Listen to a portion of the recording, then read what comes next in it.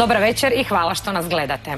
U današnji svjetski poredak mogu biti razočarani samo ljudi koji imaju iluzije, a ja ih nemam. Tako je na nedavnoj zagrebačkoj promociji svoje knjige Obamin sindrom rekao slavni publicist, književnik, teoretičar, jedan od najznačajnijih mislilaca našega vremena.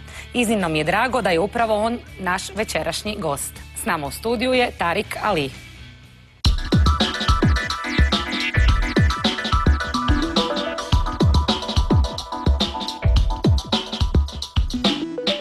Dakle, s nama je Tariq Ali. Dobar večer, dobrodošli u studio drugog formata. Htjela bih da, naravno, malo počnemo sa povodom vašeg dolaska. To je sudjelovanje na forumu Subverzivnog festivala u Zagrebu. To je već vaš drugi put da ste u Zagrebu. Htjela bih da se možda malo osvrnete na ideje koje uspijevamo čuti na tom forumu, na tim raspravama. Prije nekoliko godina vaše misli, ideje i drugih brojnih intelektualaca djelovale su možda malo i začuđujuće, možda i malo nekako nestvarno. No danas se vidi da se mnoge stvari obistinjuju, da se doista mijenja povijest. Danas i ljudi u Hrvatskoj vide da su stvari o kojima ste prije nekoliko godina govorili ovdje, da se događaju. Pa bih htjela evo da možda nam napravite jedan pregled, dakle, tih ideja, tih intelektualnih previranja, strujanja na području, dakle, i teorije i filozofije, i koja je danas vaša uloga ovdje u Zagrebu? What I said at the Subversive Cinema Festival 2 years ago was that Europe was in a mess, that this mess was not going to be easy to sort out, that the politicians who were ruling different parts of Europe, it didn't matter whether they were center-left or center-right, were politicians without vision, who were carrying out a program that had already been decided by the bankers and the central banks and the International Monetary Fund and all the financial institutions. And this meant that that was their job, that this is what politicians do today. They have no original ideas. They essentially are concerned about making sure that the capitalist system as it is functioning today is preserved. And some of us, I was of course not alone, many other thinkers also pointed out that this system was in a very bad state and it was going to get worse, not better. And if you look at Europe today, even as we are speaking in this studio, Spain has been the central square in Madrid was occupied. Greece is in a total crisis. We don't know whether they will be able to form a new government. Probably not. We will have a new election. That new election will make the new radical party, Syriza, the largest party. And then what are they going to do? They are not going to carry out the instructions of the German bankers or the European Central Bank or the politicians who do their bidding. They're simply not going to do it. So what we are witnessing is effectively the functioning of capital paralyzing democracy. It's not a question of democracy and capitalism coexisting. Capitalism today feels it doesn't need democracy. It can function without democracy. We had the example in Belgium a year or so ago when for 9-10 months there was no government. They couldn't form a government and the bankers kept functioning.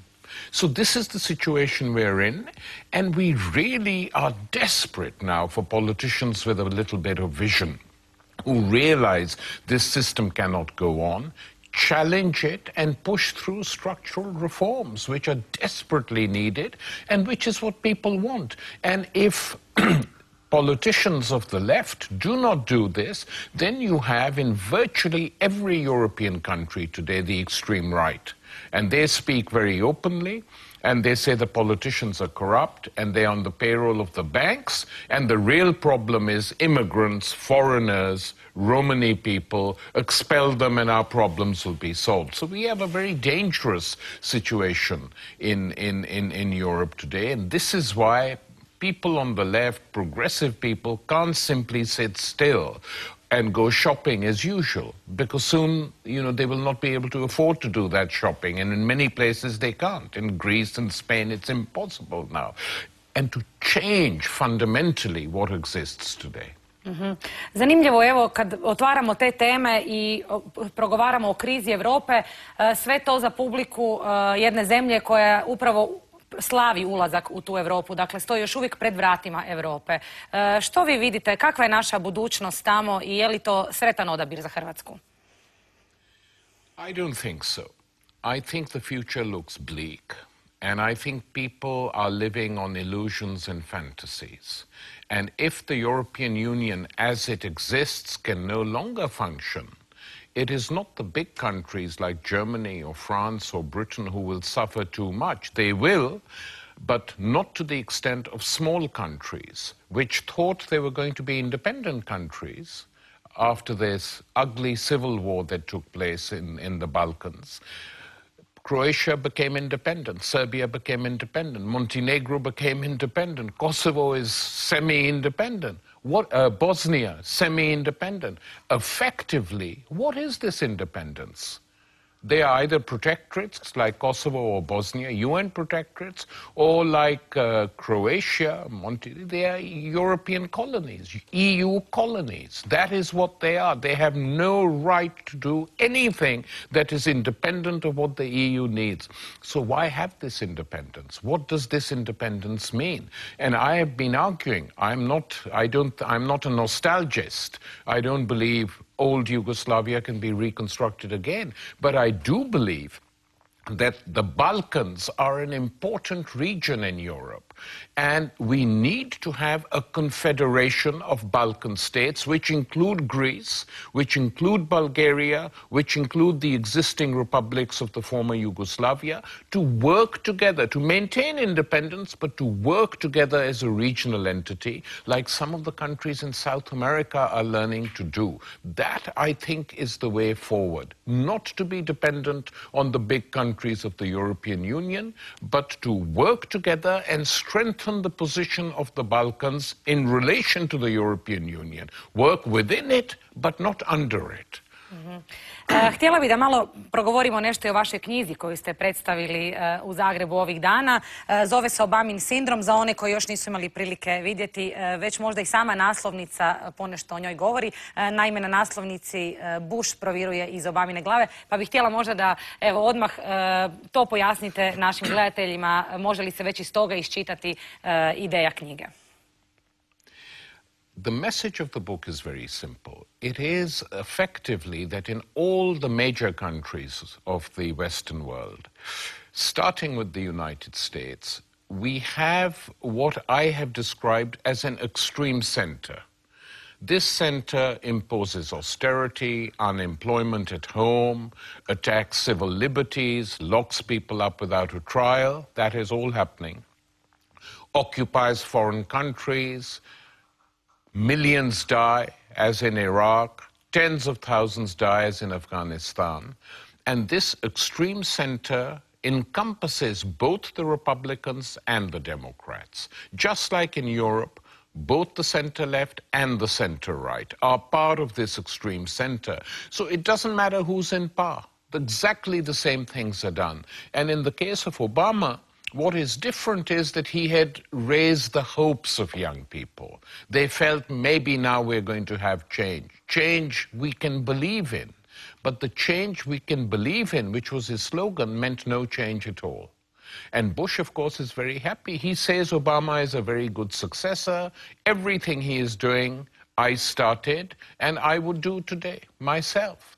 So there has been no effective change in American politics at all, neither externally nor internally. And in some cases, things have been worse. Civil liberties now under Obama are in a worse state than under Bush, where the American president can authorize the execution of an American citizen without any trial or recourse to law. What lesson are you teaching people all over the world? This is how we behave. Many people behave like that and you go and invade them. And then you behave like that yourself. So it's not a good situation to be in. And that is the point of my book, that the Obama syndrome is capitulating to big capitalism at home and fighting wars abroad, while putting on a smile, looking good, speaking intelligently. All that has changed is an individual. There's a new individual in the White House. The system functions in exactly the same way. And one could go a bit further and say that in Obama, the American empire has probably found the most inventive apparition of itself. It's good, he's good for PR, his color is different, he's not a white guy, it's good when he visits the world, but nothing changes. And that is how we have to judge politicians. And this American system now is being mimicked in most parts of Europe. I mean, there are challenges here, too, political challenges. In Germany, it's the Left Party. In France, it's Jean-Luc Mélenchon. In other countries, there are other people. But by and large, the center-left, center-right, extreme center is modeled on the United States and carries on functioning. Htjela bih vas pitati, naravno, o vašem samom položaju kada pišete ovakve knjige. Dakle, cijeli se život nekako ukazujete na sistemske greške, na greške ovog našeg sistema, na kapitalizam u ovom najgorem obliku. Međutim, evo, i vaša knjiga je stigla na tržište i ona, zato što se i bavi tom temom, vjerojatno postaje hit. Kako se vi osjećate kao autor koji istovremeno kritizira jedan sistem, ne mislim sad nužno na Obamu, mislim općenito na pisanje, a istovremeno morate biti prisutni da bi se za vas čulo, mora vas biti u medijima da bi vaše ideje došle do publike? Well, this is of course true, what you say, but I'm very happy that critical books, books which are critical of the system, are being bought and, more importantly, are being read by young people. That means a lot to me. And that pleases me. It shows that there is a thirst for ideas which people don't get from the bulk of the media, ideas that people don't even get at universities now, where increasingly universities are becoming very narrow-minded in the way they teach in different parts of the world, in which many universities are becoming privatized, so not everyone can even go to university now. In these times, people like me, what can we do? All we can do is say that there are other ideas, there are alternatives in the world, write about them, speak about them, take them to as many people as we can. We can't compete with the mainstream politicians, but we can certainly put out an alternative. And Europe at the moment is desperately in need of an alternative. At the end of this month, I'm going to Greece to speak in Thessaloniki and Athens to discuss with Greek people how to move forward. I'm going to Germany as well to speak at conferences. So the fact that we are invited to go and speak at different places is an indication that there is an important minority at the moment in these countries which is interested in different ideas. Nekoliko puta ste spomenuli mlade ljude i oni su doista oni na kojima će ostati ovaj svijet. Prilično su već razočarani. Mene zanima što vi mislite, u čijim je rukama budućnost tog njihovog svijeta? Je li doista u rukama političara ili možda doista mladi ljudi imaju neku snagu i moć da nešto promijene? I think that power at the moment, unfortunately, is in the hands of centralized institutions which are undemocratic. The European Union is a very undemocratic organization. Its parliament is powerless. It has no real power. All the decisions are taken by politicians from different parts of the European Union, and here the Germans and the French and the British dictate policy. The smaller countries have no real power at all now in the European Union, and there is even talk of reforming this union. So the future, unfortunately, is no longer in the countries themselves. They follow the bigger powers in Europe, and the Germans, of course, are the strongest country in Europe, and they determine it. I mean, this is why the German Chancellor, it doesn't matter who it is, whether it's Merkel or someone else, is saying you have to follow austerity. To the Greeks, saying you have to follow it, even if your people don't want it, she says to the politicians, and the result has been the two mainstream Greek political parties have broken up. And Greece is probably the country, I hope, I'm not sure, where people will break through the political barriers and say, no, we don't want this. And if they do it, and if in 6 months' time they can produce something different, that'll be a real model for the rest of Europe. And people will say, if the Greek people can do it, we can do it. They're not such a huge country, 10 million people. If they can do it, we can do it too. And look at the European Union in a different way. I'm in favor of a Europe, but not a banker's Europe. A social Europe, a Europe for for all its citizens, which promotes health, education, housing. These are social rights which should be free. Bankers' Europe privatizes them. A social Europe should make them free for all European citizens. That is how this continent could move forward. Vratit ćemo se razgovoru u studio. Idemo pogledati našu večerašnju priču. Novinar Alenko Prpić istražio o kojim se temama razgovaralo ovih dana u Zagrebu.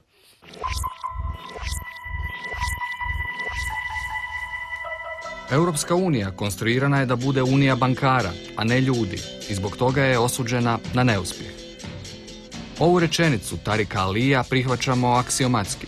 Hrvatska ulazi u Uniju, fond rizičnih transakcija, opterećena golimim dugom. Naše državne obveznice kotiraju malo bolje od smeća, ne puno bolje.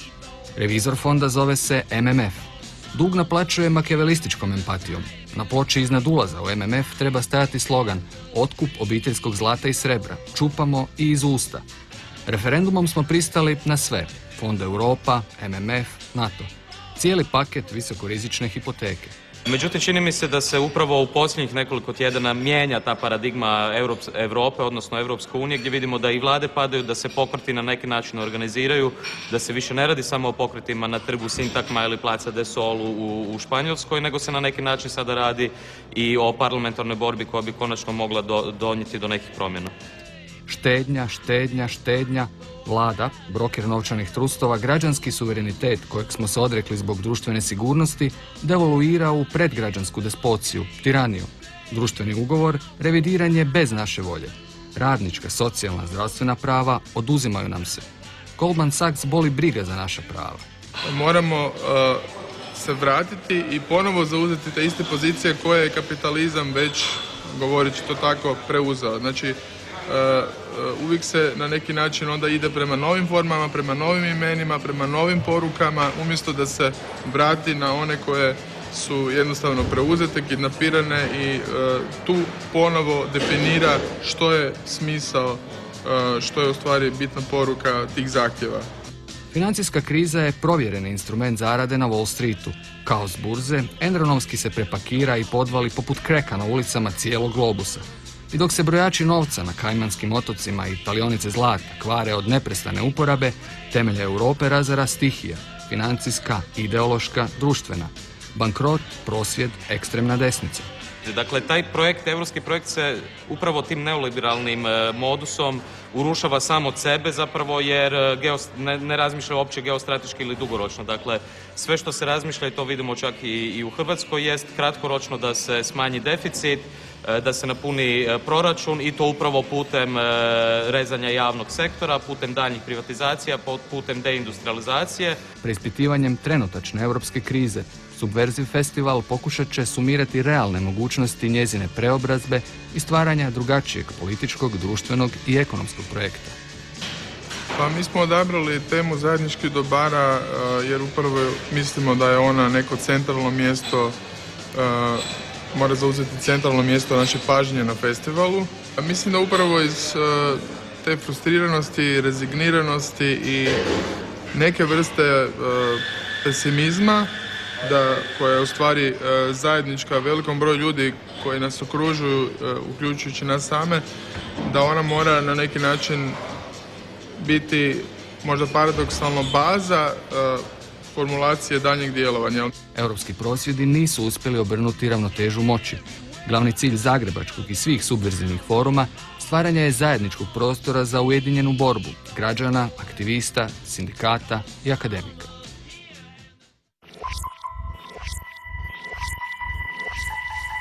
Dakle, evo natrag smo u studiju, s nama je Tariq Ali. Htjela bih da malo nastavimo o vama kao posebnom gostu, naravno i zvijezdi ovog festivala. Vaše ideje, nadam se da će se čuti i dalje od ovog, dakle, Kina Europa i mjesta gdje doista mladi ljudi posjećuju forum i slušaju ideje. Vas često u medijima nazivaju ikonom moderne ljevice. Pa bih htjela malo da pojasnite, naravno, kako je to bilo biti ljevičar nekada i kako je to danas, odnosno to vas vjerojatno brojni ljudi pitaju, to vjerojatno i muči brojne naše gledatelje. Što se uopće događa sa ljevom idejom u odnosu na desnu? Kažu da su se granice prilično izmiješale, pa evo možda iz vaše pozicije ipak imate jedan evolucijsko razdoblje koje ste pratili tu.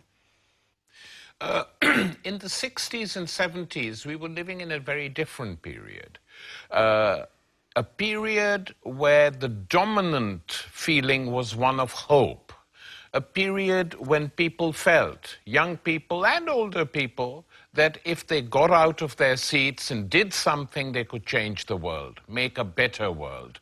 And that was a huge, huge thing all over the world, not just in Europe, in parts of Africa, in Asia, in Vietnam. The people were resisting American imperial strength and winning.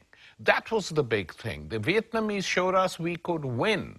And the European movements which sprang up were very inspired by the struggle of the Vietnamese. One should never forget that. And there were big student events in the former Yugoslavia. I remember there was a big student strike in Belgrade. Part of the movement, wanting change, wanting more rights, more freedoms, and then social rights, social freedoms. And we thought we could do it. We were wrong, but we tried. And the very fact that we tried was a sign that we hoped that we could build a different world. That didn't happen.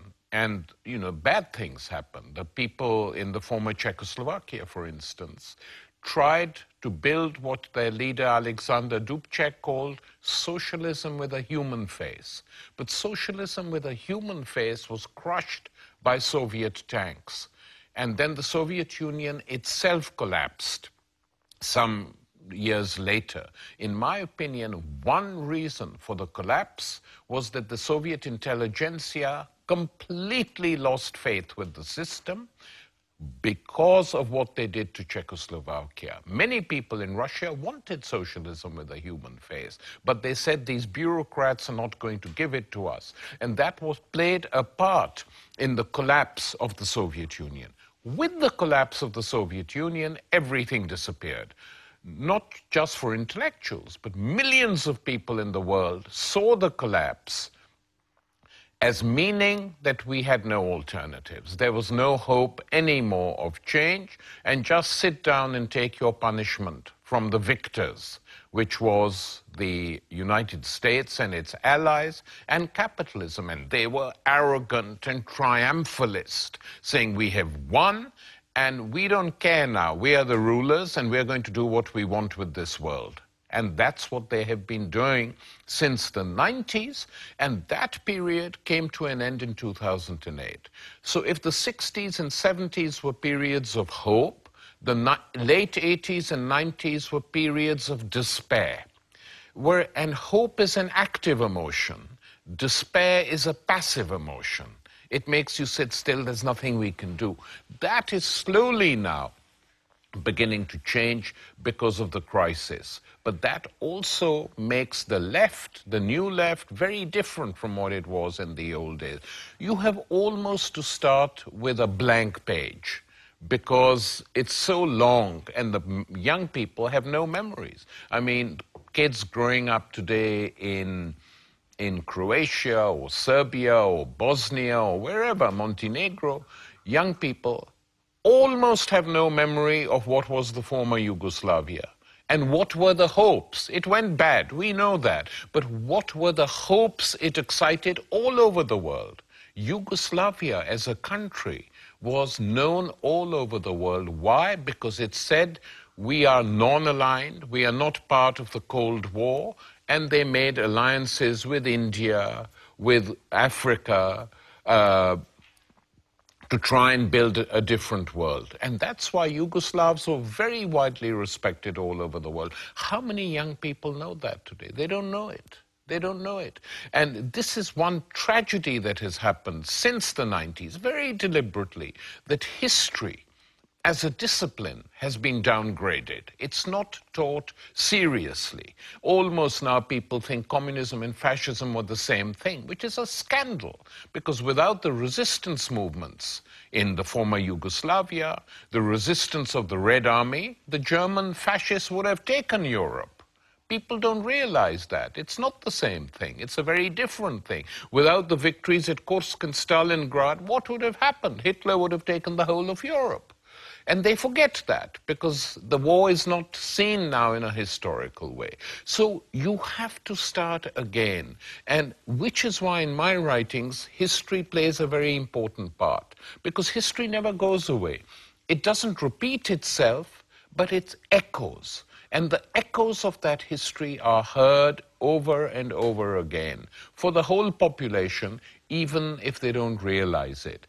So being a leftist today is very different from what it was in the 60s and 70s, because the whole experience that the world had in common is gone. And this is the reason, in my view, why the West became very arrogant and why the Western media, during the Cold War, if you look at the German press and you look at the British press and the American press, quite different. Lots of different views are published. Lots of dissidents from within these countries are allowed a voice. Why? To show the Soviet Union and Eastern Europe, look at us. We allow freedoms to people who are hostile to us. You can't even do it. This was very important in Germany, by the way, but also in the rest of Europe. After the collapse of communism, or so-called communism, after the collapse, they don't need to do that anymore. So the newspapers have become almost uniform in all the main Western countries, publishing virtually the same news. The Financial Times, The Economist, The Times, the Frankfurter Allgemein, the Le Monde, all these newspapers have very similar views on the main issues of the day. That's a big, big change. So we have to fight against many different things which we took for granted before. You know, how the Vietnam War was covered on European and American television, completely different from how they covered the Iraq War or how they cover the war in Afghanistan, when there's hardly any critical reporting at all. This is a different world. And so you have to rebuild, renew, remind people of what was and what could be if they think. Htjela bih da malo ostanemo i na 60-ima, na vašem poznanstvu s Lennonom. Brojni, uz vaše ime uvijek se spominje naravno činjenica da je pjesma Power to the People nastala upravo zahvaljujući vama. Pa bih htjela malo da evo našim gledateljima opišete to razdoblje i vaše poznanstvo s Lennonom. John Lennon, when he was still part of the Beatles, did two songs, Revolution 1 and Revolution 2. I was at that time editing an underground newspaper, cultural, political newspaper, called The Black Dwarf. And we discussed the song, and our music critic wrote a critique of that song, saying that these songs were not very good. And John got very angry and wrote a reply back to the paper. So we published his reply and then published our criticism again. So he wrote another reply. We replied again. Then he rang me up and said, hi, Tariq, it's John Lennon. I said, hi. He said, I'm tired of writing letters to you. Why don't we meet? So I said, okay. So we met at his house. And then he came to my little apartment and we talked. And then I said to him, after we had known each other for some months, I said, John, I think we should do a long interview with you. And he said, why? I'm not a serious person. I'm not good enough to be interviewed in your paper. I said, don't be crazy. Let's do it and see how it goes. And you can look at it before we publish it. So we did that with him and Yoko. We published a long interview which we interviewed him for 5-6 hours. And then we cut it down, and it was published, and it had a huge impact, in which he showed what his politics were. He was a radical, he was against the war in Ireland, he was against the British Empire, etc., etc. And the next morning, after we'd done the interview, he rang me up, said, hi. I said, hi. He said, I was so inspired by the interview that I've written a song. So I said, what's it called? He said, Power to the People. I said, how does it go? So he sang it to me on the phone and said, we should sing this on demonstrations. Do you think it's okay? I said, yeah, it's okay. And then sometime later, again, he rang me and said, come round to my place. There's a new album I'm doing, and I want you to listen to the songs. So I said, okay. So I went round, and there were other songs they were rehearsing, and he came, and around his kitchen table we sat, and he said, what do you think of this song? And so I said, just read the words, don't sing it. He sang it a bit. It was Imagine. And so then he looked at me, and I said, what do you think? I said, the Politburo approves the song, go ahead. So we joked. And then that song was played everywhere the day he died. You know, I remember it very well. Then when he moved to the States, we lost touch, though we would still ring up and speak to each other. I was one of the few people who told him, don't go to the States. And he said, why? And I said, because there are too many kooky people, crazy people in it, and it's dangerous. And he said, Manhattan in New York is dangerous? I said, no, it's true, Manhattan isn't, but my instinct says no. And he says, I can't live in this tiny island anymore. The press is always attacking Yoko for being Japanese. There's lots of racism. And New York will be freer for me and Yoko. I said, okay. So they went, and that was that. Mm-hmm. Htjela bih da možda malo se osvrnete na današnju kulturu i njezinu moć da mijenja stvari ili da ukazuje na probleme, na kraju krajeva i na pop kulturu. Ipak je potpuno jedan drugi sistem. Možda više poruke poput Power to the People nemaju takvu snagu kada bi se danas izricale možda u nekom drugom mediju ili na drugi način. Htjela bih da malo napravite paralelu s današnjim stanjem. It's different. It's, as I said to you earlier, the 60s were decades, 60s and 70s, of hope and rock music, and people got caught up in that. They were part of it. It wasn't just John Lennon or Mick Jagger, the Stones and the Beatles. It wasn't just them. You know, you had before that Bob Dylan singing in the United States some amazingly radical songs. You had Joan Baez. You had that whole tradition of folk music in the United States, which became very, very popular. You know, Bob Dylan was actually worshipped by lots of kids. They had huge music festivals. Then you had the tradition of jazz, which came from African-American people in the United States, which many of the songs of the black singers were stolen by white singers but made more popular, unfortunately. But that's where they came from the suffering, blues, jazz, Bob Dylan later on from a different tradition. All this had a big impact on British singers. You know, they knew all that. I mean, if you look at some of the songs of the Beatles and the Stones, they're very openly taken from African-American singers like Roll Over Beethoven, you know. So it was a political impact that these songs had, because in the United States these songs meant something. And then because of the political turbulence of the 60s, many of the rock stars were very pleased to be associated with radicals at the time. Now it's the MTV tradition. You know, don't worry, be happy. Most of the songs, not all, some singers still try.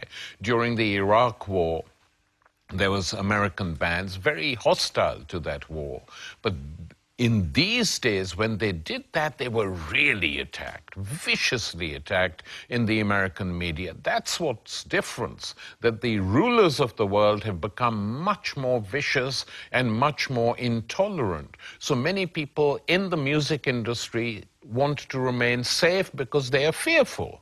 That wasn't the case in the 60s and 70s. And actually, during the Iraq War, I was pleased Mick Jagger wrote some songs against that war, because for a time he shifted to the right. Then on the Iraq War, he came back out again, and that was good. And if John Lennon had been alive, he would have been marching with us in the demonstrations against the Iraq War and singing. Yoko did it. And she said, when I asked her, I said, wouldn't John have been with us? She said, of course he would have been with us.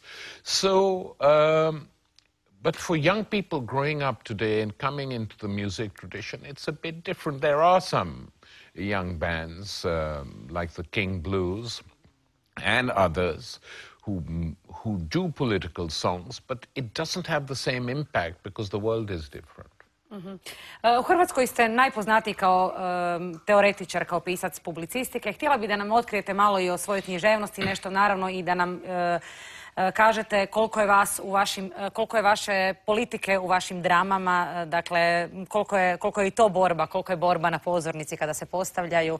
Dakle, ovo je jedan aspekt koji možda manje znamo kada se spomene vaše ime. Uglavnom je to ova druga borba. Well, yes. You know, I write plays for the stage. We did a play on the collapse of Russia on the stage of the Royal Shakespeare Company. In the early 90s, we did plays about the civil war in Yugoslavia and the bombing of Belgrade. We did plays on similar themes. Sometimes I write alone, sometimes I write with another playwright when we have to produce something quickly. It works as a collective. And the plays have usually been political. The novels I have written are historical novels. And they're the novels that portray, in different ways, the struggle between Islamic civilization and Western Christendom. And they're very popular in this part of the world, I have to say. They're not published in this country, but they're published in Bosnia and in Serbia. And I just came from Montenegro, where they've started publishing them. And I joke that this is a great place for a writer, because the same novel is published in the same language 4 times, and people pretend that they're different languages. We know it's the same language, and we don't complain, but I've said to all my publishers, you don't have to do your own translation. Take the Serbian translation, take the Bosnian translation, and do it. Now I'm glad they're beginning to collaborate and do this. So the novels have been very popular in Bosnia. I remember when I went to the Sarajevo Book Fair a few years ago, I was very moved, really. And, you know, someone a bit older than me came and shook hands, and then he kissed my cheeks. And he said I was the defense minister of Bosnia during the siege of Sarajevo. And I read your novel, Shadows of the Pomegranate Tree, 3 times because it just gave me strength. I was very moved by that. And they've been well reviewed, well sold. So that's not why I write them. I write them because I felt in 91, when I started writing them, it's been a 20-year project, to tell the story, the different stories. So the Islam Quintet, as it's known, is now translated and published in many different parts of the world. Some people like one novel better than the other, some like another novel. You can never tell. And I thought I had finished the series, and then I got messages from friends in Africa saying, what do you have against Africa? I said, nothing. You have not written about Islam in Africa. It's a very important part. So I promised that if I have energy and time left, I am going to write another novel, which will be the Islam Quintet +1. Which tells the story of Islam in West Africa, because it's a very interesting story. Not just the story, but the story of people who grew up there and what the clashes in that region were. So my novels are historical or political. And I wrote a big novel about the collapse of communism called Fear of Mirrors in 1992, No one wanted to publish it because they said, oh, it's too soon after the fall of the Berlin Wall, and people like you don't understand the mood has changed. I said, I understand the mood has changed, which is why I've written this book. But it was another 5 years before that novel was published. Now it's translated in many parts of the world. Htjela bih da ovaj razgovor završimo s jednim možda i intimnim pitanjem. Kažu da se cijeli život oporavljamo od djetinjstva. Ja vas nisam stigla puno pitati o vašem životnom putu, ali bih htjela da se evo prisjetite svojeg djetinjstva, odnosno najljepših trenutaka koje vas vežu uz odrastanje, a da se možda malo i odmaknemo od ove današnje političke situacije i od ovih svih strašnih stvari koje smo čuli o današnjem svijetu. I had a very happy childhood, I'm glad to say. My parents were both radical people. They were both communists. But our family as a whole was a landed family, very, very reactionary. So our house was always divided. When family members were coming, they would look at the books on the shelves and, and pictures of Marx and Lenin on the walls and ignoring them. And then our house was always filled with bohemians, poets, painters, novelists, short story writers, sometimes trade union leaders, peasant leaders. And this was the part I liked. They were much more interesting than the boring members of the family. And there was a Progressive Writers Association which used to meet in our garage below.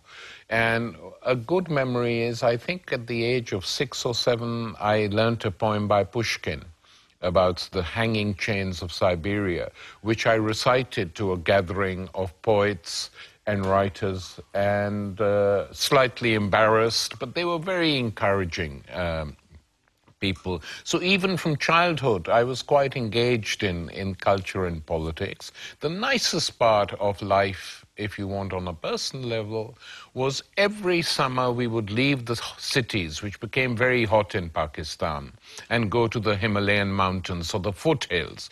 And for 2 months there was pure freedom in the mountains. No restrictions. We played the whole day, ran up mountains, went for 20-mile walks, and enjoyed a good childhood before the military dictatorship took over Pakistan. And then by that time I was much, much older.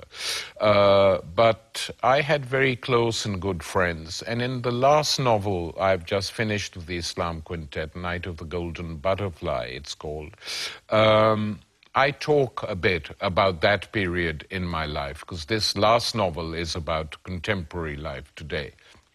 That's all. Najljepša vam hvala na ovom razgovoru. Nadam se da ćete ponovo doći u Zagreb i da će vas ponovo moći čuti naša publika, naravno i šire od Zagreba. Hvala i vama, dragi gledatelji, što ste bili s nama evo još jednu kasnu noć. Gledajte nas ponovo za 7 dana. Do tada srdačan pozdrav.